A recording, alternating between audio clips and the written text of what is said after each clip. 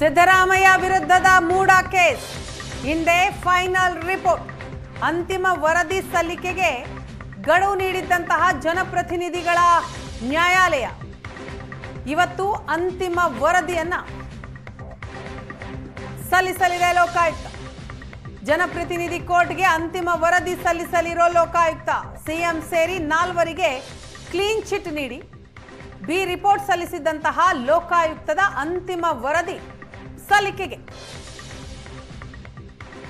ಗಡುವು ನೀಡಿದ್ದಂತಹ ನ್ಯಾಯಾಲಯ ಅಧಿಕಾರಿಗಳ ಪಾತ್ರದ ಬಗ್ಗೆ ಇವತ್ತು ವರದಿಯನ್ನ ಸಲ್ಲಿಸಲಿದೆ ಲೋಕಾಯುಕ್ತ.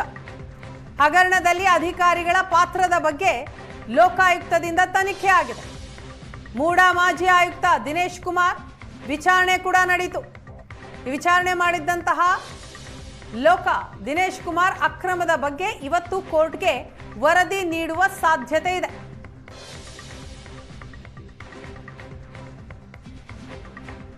ಮೂಡಾ ಕೇಸ್ಗೆ ಸಂಬಂಧಪಟ್ಟ ಹಾಗೆ ಇವತ್ತು ಫೈನಲ್ ರಿಪೋರ್ಟ್ ಸಲ್ಲಿಕೆ ಆಗತ್ತೆ. ಜನಪ್ರತಿನಿಧಿ ಕೋರ್ಟ್ಗೆ ಅಂತಿಮ ವರದಿ ಲೋಕಾಯುಕ್ತದಿಂದ ಸಲ್ಲಿಕೆ ಆಗತ್ತೆ. ಸಿಎಂ ಸೇರಿದ ಹಾಗೆ 4ವರಿಗೆ ಈಗಾಗಲೇ ಲೋಕಾಯುಕ್ತ ಕ್ಲೀನ್ ಚಿಟ್ ಅನ್ನ ಕೊಟ್ಟಿದೆ, ಬಿ ರಿಪೋರ್ಟ್ ಅನ್ನ ಸಲ್ಲಿಸಿದೆ. ಆದರೆ ಅಂತಿಮ ವರದಿ ಸಲ್ಲಿಕೆ ಆಗಬೇಕು. ಅಂತಿಮ ವರದಿ ಸಲ್ಲಿಕೆಗೆ ಲೋಕಾಯುಕ್ತಕ್ಕೆ ನ್ಯಾಯಾಲಯ ಗಡುವು ಕೂಡ ನೀಡಿತ್ತು. ಸೊ ಇವತ್ತು ಅಂತಿಮ ರಿಪೋರ್ಟ್ ನ್ಯಾಯಾಲಯಕ್ಕೆ ಸಲ್ಲಿಕೆಯಾಗುವ ಸಾಧ್ಯತೆ ಇದೆ. ಈ ರಿಪೋರ್ಟ್ನಲ್ಲಿ ಅಧಿಕಾರಿಗಳ ಪಾತ್ರದ ಬಗ್ಗೆ ಉಲ್ಲೇಖ ಆಗತ್ತೆ. ಅಧಿಕಾರಿಗಳ ಪಾತ್ರದ ಬಗ್ಗೆ ಸಮಗ್ರವಾಗಿ ವರದಿಯನ್ನ ಕೊಡಲಿದೆ ಲೋಕಾಯುಕ್ತ.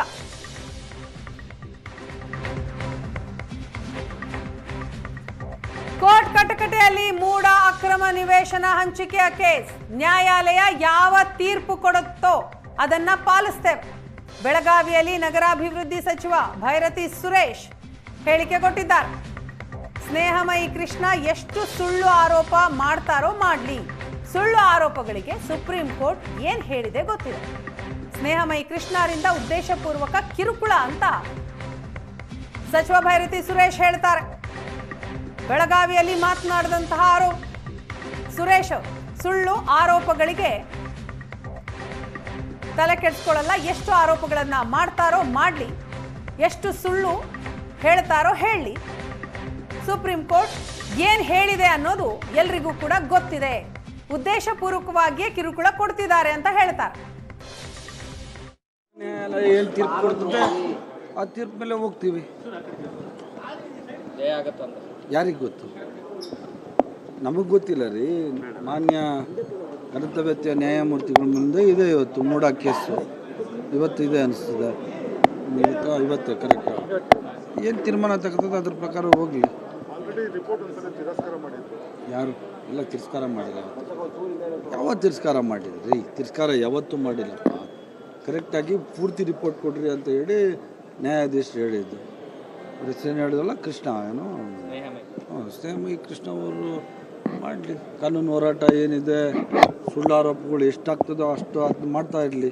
ಈ ದೇಶದಲ್ಲಿ ನ್ಯಾಯಾಂಗ ವ್ಯವಸ್ಥೆಯನ್ನು ಬದುಕಿದೆಯಲ್ಲ, ನ್ಯಾಯಾಂಗದಲ್ಲಿ ನಾವು ನಂಬಿಕೆ ಇಟ್ಕೊಂಡಿರೋರು, ನಮ್ಮ ಸರ್ಕಾರ, ಮುಖ್ಯಮಂತ್ರಿಗಳು, ನಾವೆಲ್ಲ ಸುಳ್ಳು ಆರೋಪಗಳು ಹೋಗಿ ಸುಪ್ರೀಂ ಕೋರ್ಟ್ ಏನು ಹೇಳಿದೆ ಅಂತ ಗೊತ್ತಿದೆ. ಮತ್ತು ಈ ನ್ಯಾಯಾಧೀಶರ ಮುಂದೆ ಹೋಗಿದೆ ಜನಪ್ರತಿನಿಧಿಗಳು.